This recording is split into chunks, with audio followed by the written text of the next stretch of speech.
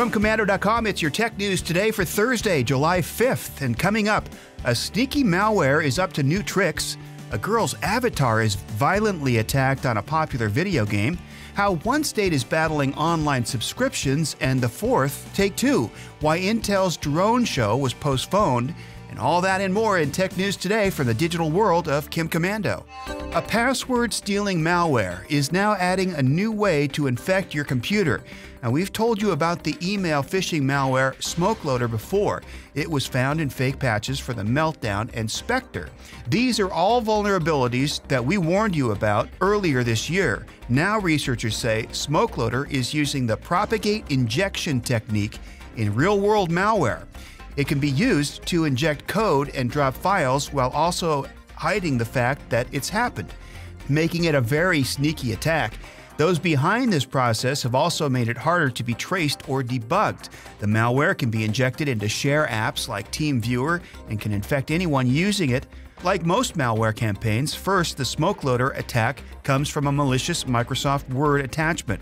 It tricks you into allowing macros, and then SmokeLoader installs itself and delivers more malicious software. Researchers say one of the most popular is called TrickBot. It's a banking Trojan that steals your credentials, passwords, and any other private information you have.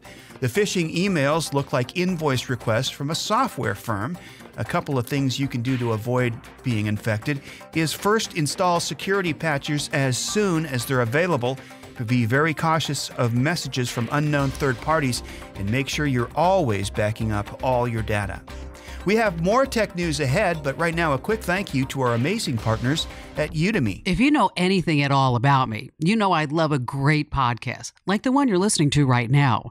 And not only do I get to host a couple of podcasts every week, I'm also a big podcast listener. Podcasts allow me to go deeper into subjects, which is why podcasts are incredible tools for not only entertainment, but also learning. So let me turn you on to Udemy. What's your passion? At Udemy, you can learn anything. And when I say anything, I'm telling you that Udemy offers more than 65,000 courses on, well, anything. And it's the largest space for online learning. It has something truly for everyone. You want to become a better investor, photographer, gardener, writer, or maybe teacher? How about web developer or something really different? Maybe tarot cards. You'll find it at Udemy.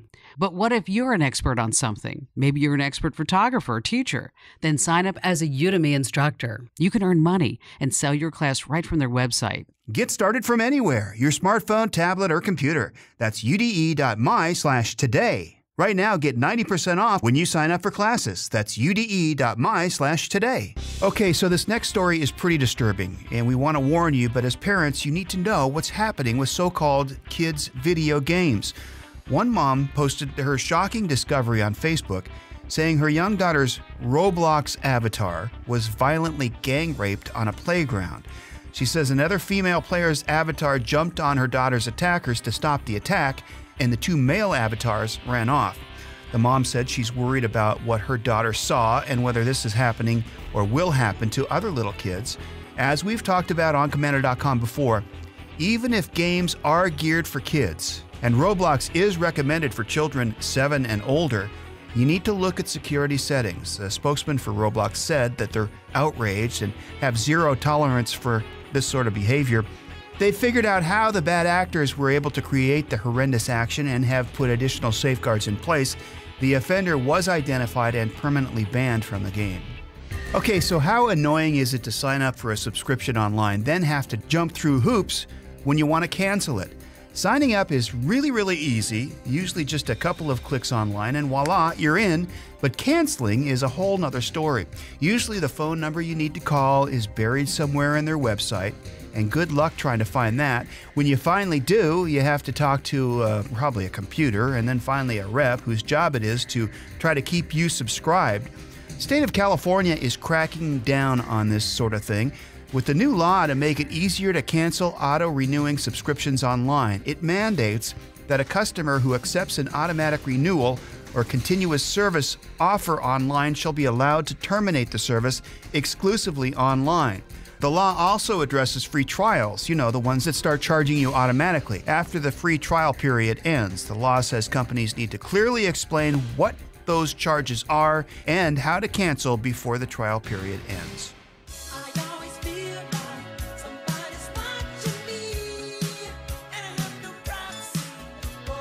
Ever get the feeling you're being watched at home? Well, you are. If you have a smart TV while you're watching it, it's watching you.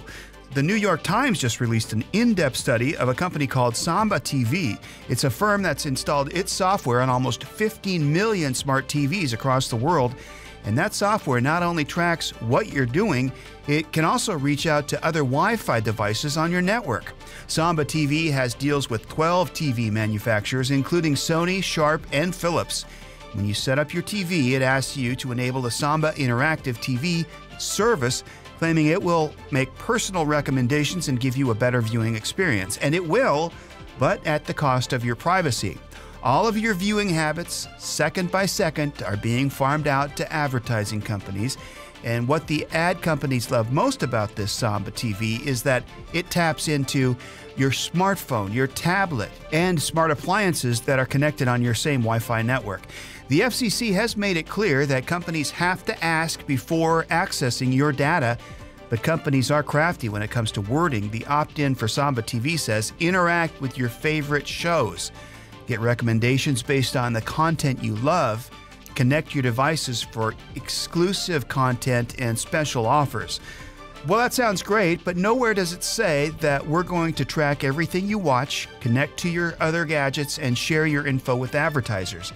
Now, that would be a disclaimer. The opt-in does say to read their privacy policy. Yeah, that's about 4,000 words long, and next to their 6,000-word terms of service explainer. So who reads all that stuff? You should, but most of us don't. So as we've been warning you on Komando.com, don't opt in to anything without knowing exactly what information is being used and where it's going. So Amazon isn't holding back on promoting Amazon Prime Day on July 16th. It's already kicking off some deals, including $100 off the Echo Show. Company is obviously trying to lure customers who haven't become Prime members yet, and those who don't already have an Alexa device or want more. Amazon hiked up its Prime membership price in May to $119 a year, but you can get on the Prime Day savings for free if you sign up for a 30-day free trial. This year, Prime Day is getting an extension lasting 36 hours. That's longer than ever before. If it's like past years, there will be big discounts on its TVs, video games, and smart home appliances. So if you didn't get enough fireworks on the 4th of July, we told you yesterday how Intel's Shooting Star drones were scheduled to put on a show at Travis Air Force Base. Well, it had to be canceled last night because of wind. So they're planning to put on the stunning performance tonight at 9 o'clock Pacific time. Of course, that's pending tonight's weather conditions. Intel says its drones can fly in up to 18-mile-an-hour winds, but last night's wind peaked around 30 miles per hour. The 500 drones will feature a gigantic red, white, and blue American flag. The whole show is synchronized to music. In fire-prone California, drone shows could become a safer alternative to fireworks. Most of us are happy to extend the 4th celebrations into the weekend, though, so why not? Finally, for today's Komando Kicker, if we were to ask you what the tallest mountain in the world is, what would you say? I'll bet most people think it's Mount Everest. Nope, the tallest mountain in the world is actually in the United States. It's Mauna Kea, a dormant volcano in Hawaii, and when measured from its base under the sea floor, it's more than twice the height of Mount Everest. Want more fun facts? Go to the Komando Kicker page on Komando.com to see more great trivia and share it with your friends. And that's our tech news today. Special thanks to our partners at Udemy.